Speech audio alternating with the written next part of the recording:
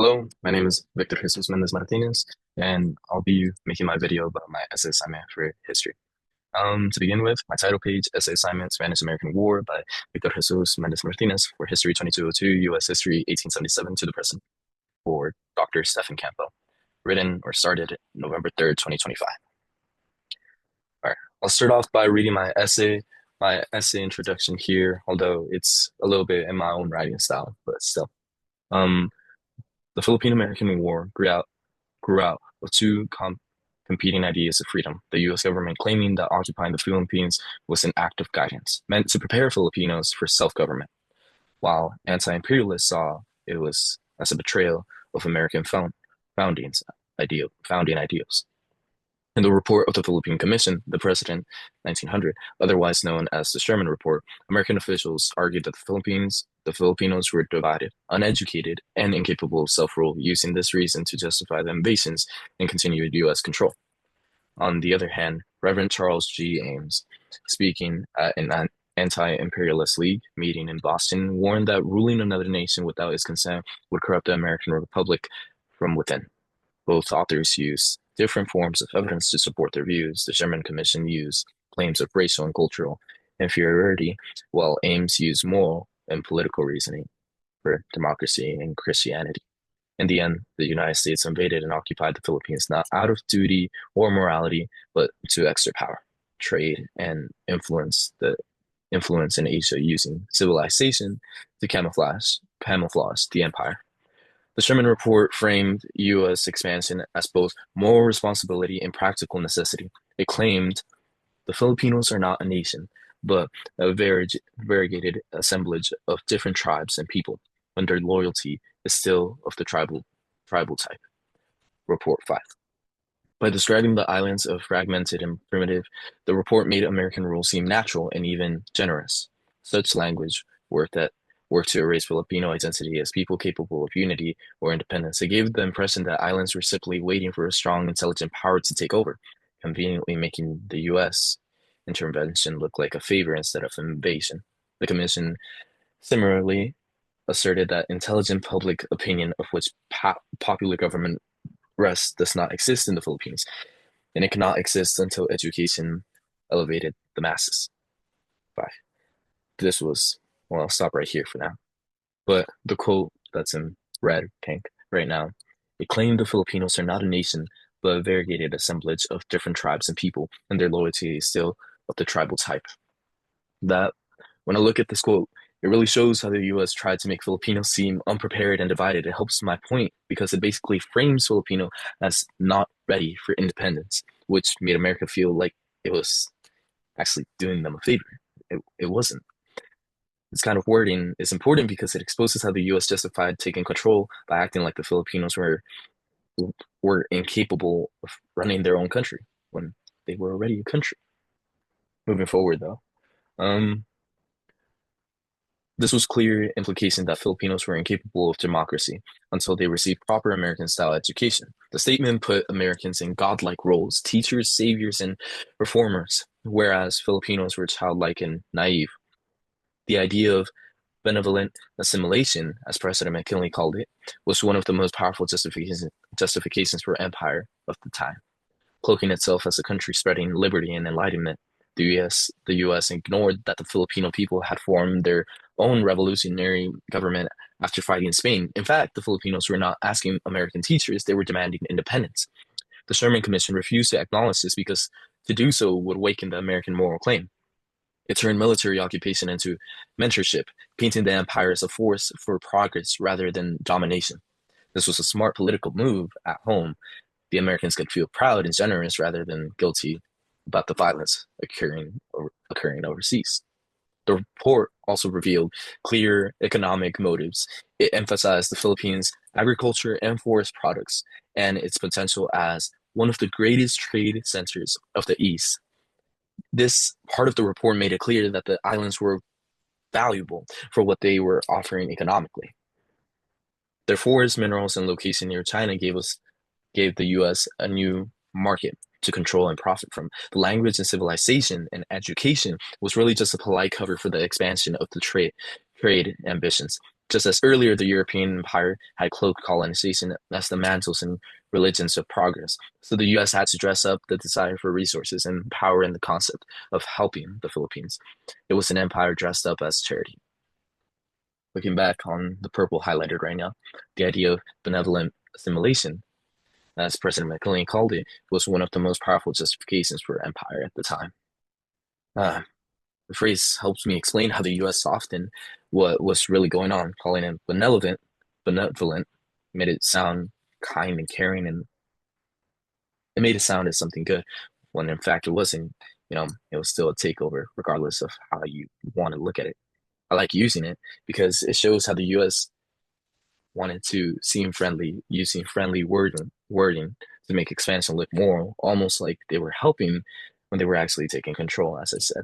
It's a perfect example of the US disguising empire's tyranny. And the next quote down here, the agriculture and forest products and its potential as one of the greatest trade centers of the East. Uh, this quote, it stood out to me because it makes the economic motive super clear. When the report talks about resources and trade, it shows what the US was really thinking about, including its hope of argument, because it proves this wasn't just about civilizing or educating anyone. Its real morals, its real purpose for this invasion, which they were trying to cover up, was primarily for money, marketing, all that other strategic power. So this quote backs up the idea that the moral language was really just a cover up for their economic goals. Moving forward, though, Reverend Charles G. Ames, however, could see right through this. Speaking to the anti-imperialist leagues in Boston, he argued that seizing the Philippines went against everything in the U.S. was meant to stand for. Ames said that if the U.S. governed the Philippines without their consent, it must be by military occupation, by force. That is, by the Spanish method. Ames. His comparison was powerful and deliberate. Only 2 years earlier, America had fought Spain under the claim of freeing Cuba and the Philippines from Spanish tyranny. Ames' points Ames' point was that the U.S. now ruled the islands without consent. It had become the very thing it claimed to defeat. Ames' speech was just about the Philippines. It was warning about the imperialism would do to the soul of America. He feared that once the Republic began to justify ruling others by violence, it would soon use the same method at home. He said that once a nation accepts permanent military methods of government, it stops being democracy in spirit, even if it keeps the name. Ames worried that the rise of imperialism would feed corruption and racism, arrogance in the US, replacing moral leadership with greed and pride. He saw empire as a sickness that could spread through the country's politics, warping its ideals from within. Ames also invoked the racial double standard of the heart of the US policy. Is there a man in America who wishes those 7 millions of Malays and Negritos, sorry for the word, and Chinamen for fellow citizens and joint rulers of the Republic? This rhetorical question elucidated how racist and biased much of the public's perception of the empire. Many Americans favored expansions precisely because they did not want people of color as equals. They preferred them as subjects. His honesty about such prejudice further strengthened Ames' argument because he did not simply accuse imperialism proponents of hypocrisy but showed that fear and arrogance that drove them. Ames used language that made Americans squarely face their own biases, while his anti-imperialism position was steadfastly tied to the larger moral struggle against racism. Looking back to what was quoted here, um, uh, um, he feared that once the republic began to justify ruling by violence, it would soon use those same methods at home. He said that once nations accept permanent military methods as government, it stops democracy and even keeps the name. But looking at this, it's pretty um it wasn't Ames wasn't only worried about the Philippines, he was worried about America changing for the worse. And it's pretty clear that that could have happened. It supports my point that imperialism wasn't just foreign policy, it threatened the country's identity. This quote helps me show how ruling others by force could come back from home, weakening American democracy and more turning it into what I don't know what the proper word would be, a monarchy, something, but definitely not for the people.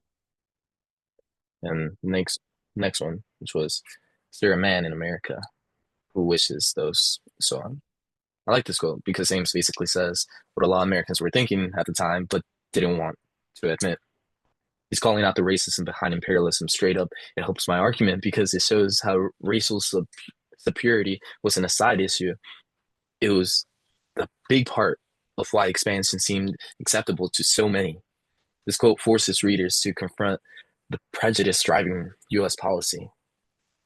Moving forward, Ames represented the conscience of the nation, a voice trying to remind Americans of their own principles. He argued that the true test of democracy was not how a country treated its own people, but did how it did when people were either weaker or different. Freedom cannot be spread using force, and a republic cannot remain moral if its rulings through domination.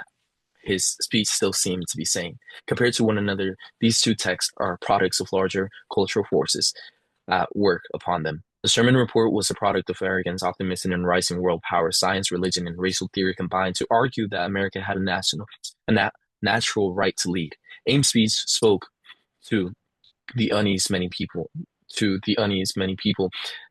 had that such power corrupted the nation's character. Partly he feared that as America tried to civilize everyone else, it would lose its own moral direction.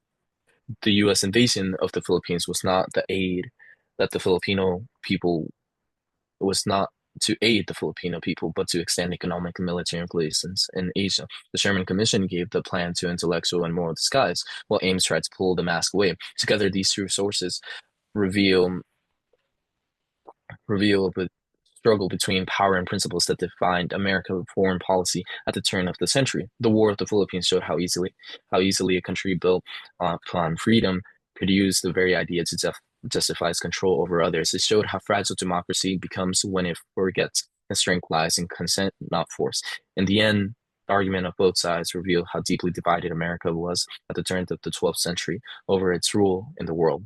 For proponents in the invasion, such as Beveridge and the author of Sherman Report, expansion represented a test of national strength and destiny, a chance to spread civilization and prove the strength of America, democracy. For anti-imperialists like Charles Ames, however, that seemed the very same ambition appeared as a betrayal of the country's founding ideals. He believed that a nation founded of liberty could not justify ruling another people by force or arms, and that doing so would corrupt the democracy looked at home.